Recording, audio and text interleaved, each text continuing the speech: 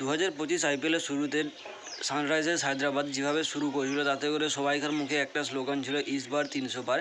কিন্তু 3টা ম্যাচ হয়ে যাওয়ার পর এখন একটা এমন সময় দাঁড়িয়েছে চেন্নাই সুপার কিংস এবং সানরাইজার্স হায়দ্রাবাদ যে তারা 3টা ম্যাচে 2টো করে হেরেছে এবং একটা করে জিতেছে, যেখান থেকে তাদের কামব্যাক হওয়াটা জরুরি আছে, কিন্তু তাদের কামব্যাক হচ্ছে না। অর্থাৎ তারা তাদের বেস্টটা চেষ্টা করলো, কিন্তু তাদের বেস্টটা থেকে তাদের ওর্স্ট বা তাদের যে সবচেয়ে খারাপ দিকটা সেটা কিন্তু সামনের দিকে বেরিয়ে আসছে এবং সেটা সবাই দেখছে। কালকে শুরুতেই যেভাবে সানরাইজার্স হায়দ্রাবাদ পরপর উইকেট মানে একগুচ্ছ উইকেট হারায়, অর্থাৎ প্রথম পাওয়ার প্লেতেই তারা 4 উইকেট হারিয়ে ফেলে এবং যেভাবে তারপরও তারা কামব্যাক করেছিল, এই জন্য অসংখ্য ধন্যবাদ দিয়ে যেতে পারে অনিকেত বর্মাকে, যার হাত ধরে কিন্তু সানরাইজার্স হায়দ্রাবাদ কামব্যাক করে এবং 160 রান করে। অর্থাৎ অনিকেত বর্মার 75 রানের ইনিংস বাদ দিয়ে দিলে কিন্তু সানরাইজার্স হায়দ্রাবাদের যে করুণ অবস্থা ছিল সেটা কল্পনাতীত বা কল্পনাও করা যায় না। এবং কালকে যেভাবে মিচেল স্টার্ক খেলেছে, অর্থাৎ এটা তার আইপিএলের হিস্ট্রিতে প্রথমবারের জন্য সে 5 পার নেয় এবং কালকে অসাধারণ একটা প্রদর্শনী রেখেছে দিল্লি ক্যাপিটালস। সেখানে তারা ফিল্ডিং হোক, ব্যাট হোক বা বল হোক, 3টা ইউনিটে তারা তাদের কালকে বেস্ট দিয়েছে এবং তারা যে রেজাল্টটা চেয়েছে সেই রেজাল্টটাই হয়েছে। এখনও পর্যন্ত প্রায় সমস্ত টিমে 2টো করে ম্যাচ খেলে নিয়েছে, যেখান থেকে দিল্লি ক্যাপিটালস এবং রয়্যাল চ্যালেঞ্জার ব্যাঙ্গালুরু তারা 2টো করে ম্যাচ খেলেছে, 2টোই জিতে গিয়েছে। এবং কালকে সেকেন্ড হাফ অর্থাৎ Rajasthan Royals versus Chennai Super কিংসের মধ্যকার যে ম্যাচ হয়েছে সেখানে একটা সময় এক ওভারে 19 রান দরকার ছিল এবং সেখানে বল করছিল সন্দীপ শর্মা এবং এর আগেও সন্দীপ শর্মা চেন্নাই সুপার কিংসের সামনে 20 রান ডিফেন্ড করে দেখিয়েছিল এবং কালকেও সে 20 রান ডিফেন্ড করে দেখায়। এবং কালকে যেভাবে খেলাটা হয়েছে, অর্থাৎ আমার তো চেন্নাই সুপার কিংসের কালকে যে প্রদর্শনী হয়েছে ফিল্ডিং প্রদর্শনী সেটা সবচেয়ে বাজে। এবং চেন্নাই সুপার কিংসের আগে শুধু একটা ইউনিটে খারাপ হতো, সেটা হোক ব্যাটিং বা বলিং।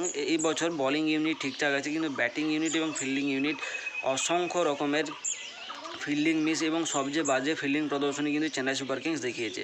এরপর কালকের ম্যাচে যদি ফিরে আসি, কালকের ম্যাচে দিল্লি ক্যাপিটালস এবং সানরাইজার্স হায়দ্রাবাদের মধ্যকার সানরাইজার্স হায়দ্রাবাদ প্রথমে ব্যাট করতে নামে এবং প্রথমে শুরু হয় অভিষেক শর্মার রান আউট দিয়ে, তারপর ট্রেভিস হেড, তারপর নীতিশ কুমার রেড্ডি, তারপর অর্থাৎ যে আসে তারপর না করে বলে রাখা ভালো, কালকে সানরাইজার্স হায়দ্রাবাদের টপ অর্ডারদের মধ্যে যে আসে সেই ফেল হয়ে চলে যায়। একমাত্র অনিকেত বর্মাই থাকে যে 74 রান করে, হেনরি ক্লাসেন 32 এবং ট্রেভিস হেড 22 রান করে। বাকিবার দিল্লি ক্যাপিটালসের তরফ থেকে মিচেল স্টার্ক 3, কুলদীপ যাদব 3, মোহিত শর্মা 1 উইকেট নেয় এবং ফিল্ডিং প্রদর্শনীর জন্য অসংখ্য মানে কি বলবো অসংখ্য যদি কালকে ফিল্ডিং বা ক্যাচ দিত, অসংখ্য ক্যাচ বা ফিল্ডিং প্রদর্শনীর তরফ থেকে পয়েন্ট কিন্তু কালকে দিল্লি ক্যাপিটালস কুড়িয়ে নিয়ে যেত। দিল্লি ক্যাপিটালস কাল সানরাইজার্স হায়দ্রাবাদকে 163 রানে আটকে দেয় 18.4 ওভারে। দিল্লি ক্যাপিটালস 166 রান চেজও করে নেয় 16 ওভারে এবং সেখান থেকে ফ্যাফ ডু প্লেসি 50, জেক ফ্রেসার ম্যাকগ্রক 38 এবং অভিষেক বড়েল 34 নট আউট থাকে। অপরদিকে সানরাইজার্স হায়দ্রাবাদের তরফ থেকে জিসান আনসারি অসাধারণ বোলিং প্রতিভা দেখায় এবং সে কালকের ম্যাচে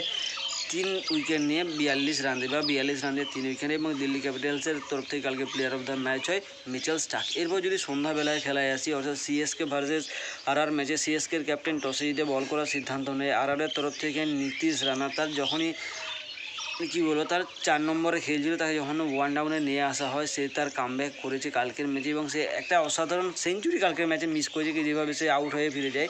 তো নীতিশ রানা কালকে 81 রান করে, রিয়ান পরাগ 37 এবং সঞ্জু স্যামসন 20 রান করে। ইয়াশাসবি জয়সওয়ালের তরফ থেকে 3 ম্যাচে 3টাতে কোনো রান আসেনি। ইয়াশাসবি জয়সওয়াল টোটালি কোলাপস হয়ে গেছে বা ফ্লপ হয়ে গেছে এটা আমরা বলতে পারি, কিন্তু আমরা চাই তার কামব্যাক হোক, কারণ টিম ইন্ডিয়ার তরফ থেকে টেস্ট সিরিজ রয়েছে ইংল্যান্ডের এগেনস্টে। আইপিএল শেষ হয়ে যাওয়ার পরে টিম ইন্ডিয়া রওনা দিয়ে দিবে। তো সেখানে এবং তার দৃষ্টিভঙ্গিতে যদি দেখা হয় তো ইয়াশাসবি জয়সওয়াল কারণ আমাদের ভারতীয় সমস্ত ব্যাটার হোক, বোলার হোক বা অলরাউন্ডার হোক তারা কামব্যাক করুক, এটা আমরা সবাই চাই। তো কালকের কাল প্রথমে ব্যাট করতে নেমে 182 রান তুলে 9 উইকেট হারিয়ে সিএসকের তরফ থেকে মাথিসা 32 রানে 28-2, নূর আহমদ 28-2 এবং খালিল আহমদ 38 রান দিয়ে 2 উইকেট তুলে নেয়। সিএসকের তরফ থেকে নূর আহমদ কালকে প্লেয়ার অফ দ্য ম্যাচ হয় না, হ্যাঁ কালকে প্লেয়ার অফ দ্য ম্যাচ চাই না, মনে নাই, ভুলে গেছি সত্যি কথা।